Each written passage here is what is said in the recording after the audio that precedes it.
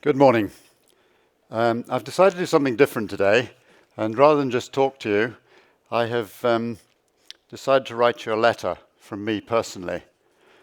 And I would urge you to each listen to this as a gift based on my experience and take it as a reflection that I offer you as someone who's spent 40 years in the industry and believe I have something that may benefit all of you, whether you're in drilling, IT, or what aspect of safety you're involved in.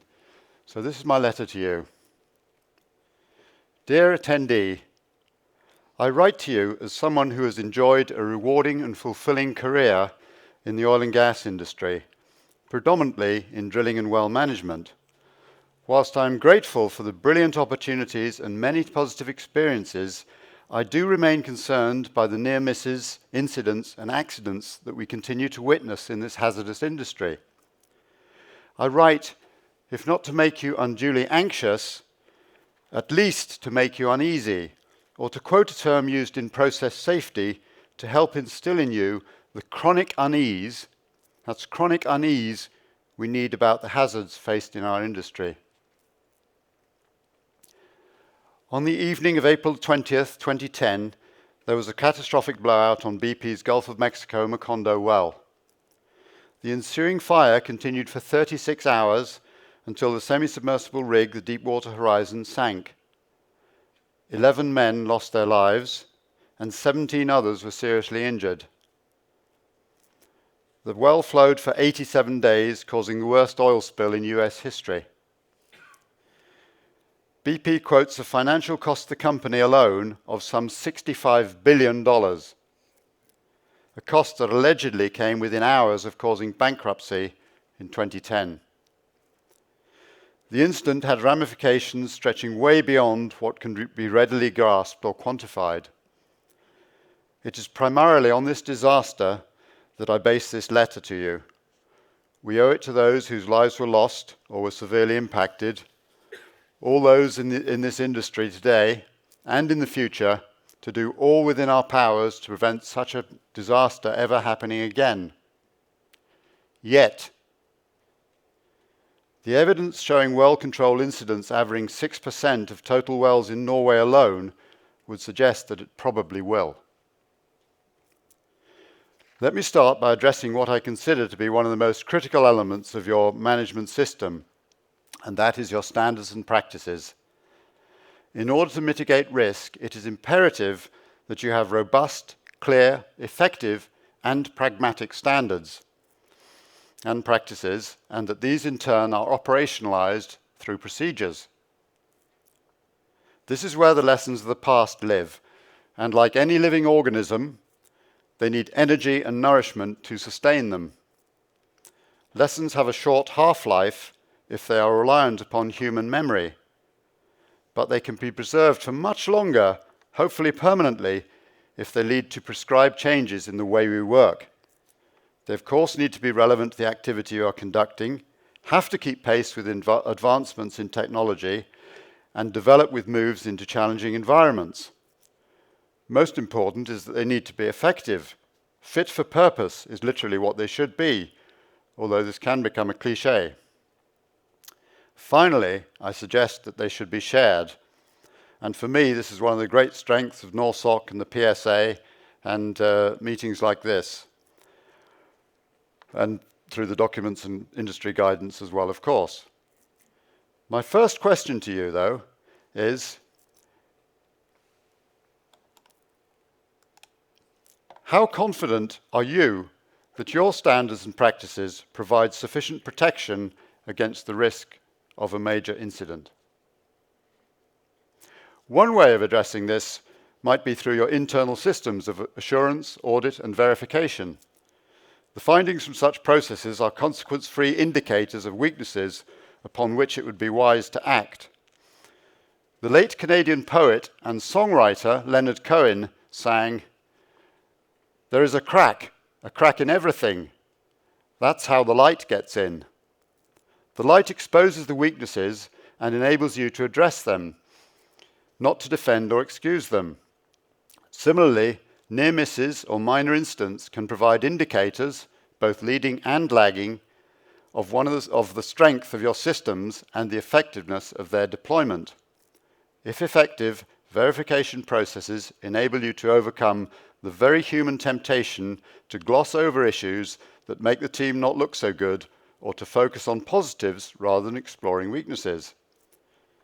So to my second question, which is, are you extracting full value from your verification activities and acting accordingly? Furthermore, effective assurance, and indeed any good advice or recommendations, are strengthened by at least some degree of independence of the reviewers. Independence is one way of addressing the bias that may obscure the real issues. It is too easy to find the judgment of the teams influenced by business pressures, time pressures, insufficient resource, reluctance to report bad news, or the human condition of confirmation bias. The latter was clearly a factor in the response to the unfolding conditions leading to the Deepwater Horizon accident, exemplified by the willingness of those on board to explain away the erroneous pressure test.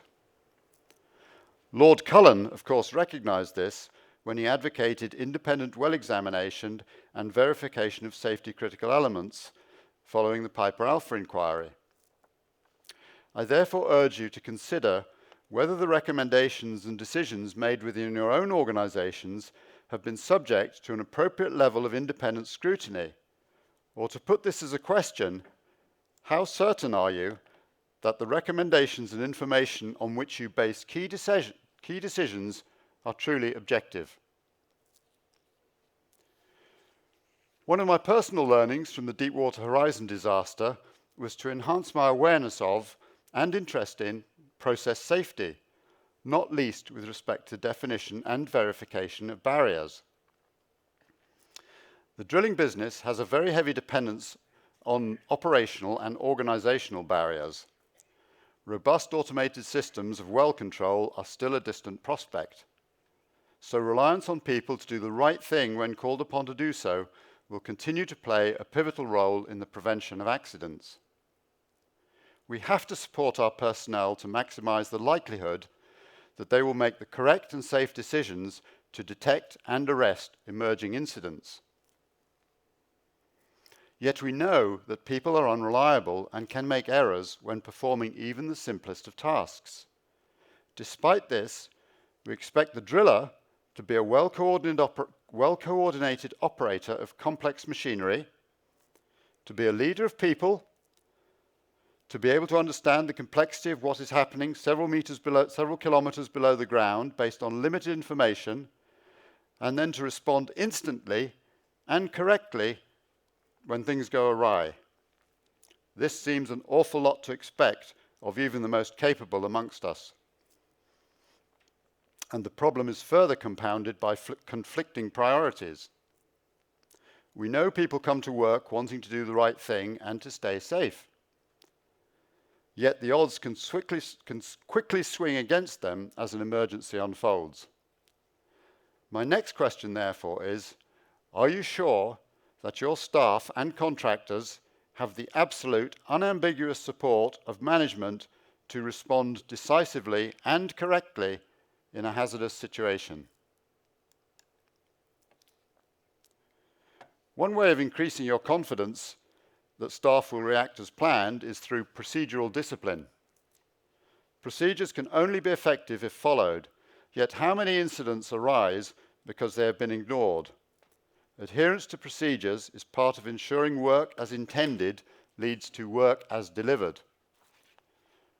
Procedural discipline requires strong leadership, consistency, rigor, and disciplinary processes in order to become part of your culture and the way you work. Your expectations need, of course, to extend to your contractors and subcontractors. This takes me to my next question. How do you know that personnel in safety-critical roles will follow procedures as an incident develops? My final point with regard to process safety in Deepwater Horizon relates to the particularly hazardous nature of gas. I believe avoiding gas in the riser needs particular vigilance because the BOP provides a last pressure containment barrier. So gas downstream of this is a major hazard. The risk is especially acute in deep water because of the depth of the BOP. Managing even a small inventory of gas on a rig is a very significant risk, not least due to the threat of explosion. Process safety analysis and techniques can help here by playing an important role in developing the many actions available to mitigate such risks. Do you know that your barriers and layers of protection are sufficiently robust to address the particular hazards of gas? I have addressed some parts of the system that need to operate to keep us safe, though ultimately, all aspects require strong, active, and visible leadership. There is a phrase of uncertain origin that it is better to be lucky than good. This is emphatically not the case in a high-hazard industry. We must all strive for excellence in the realm of process safety and not have to rely on good fortune. Unfortunately, the data continue to suggest that we are not yet doing enough and that luck plays too big a part in the outcome of incidents. I sincerely hope that you can use what I have learned and that the questions posed can play some part in preventing more fatalities or pollution, thereby reducing the price to be paid in the future, given that we cannot, of course, alter the past. I like the motto, never a new major disaster, and I fully subscribe to that. And I hope that my letter to you will help in supporting you in your aims to do that. Thank you very much. Thank you for sharing your thoughts with us today. What do you believe is the most important factor in avoiding a major accident? Personally, I think it's human factors.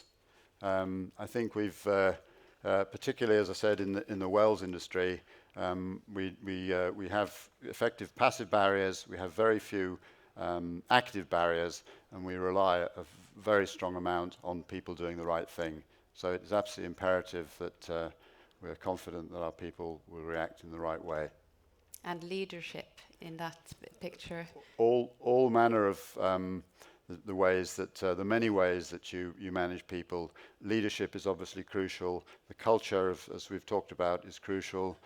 Knowing that people will follow the rules, practicing, running drills, these sorts of things, many ways. And of course, as I said earlier, learning from audits, the lessons, as I said, the cracks, the things that we see, the weaknesses, and really mining those for the full value that they offer, because it's much better to learn the things that could have happened and gone wrong than it is to learn from things that have gone wrong. Thank you very much. Thank you indeed.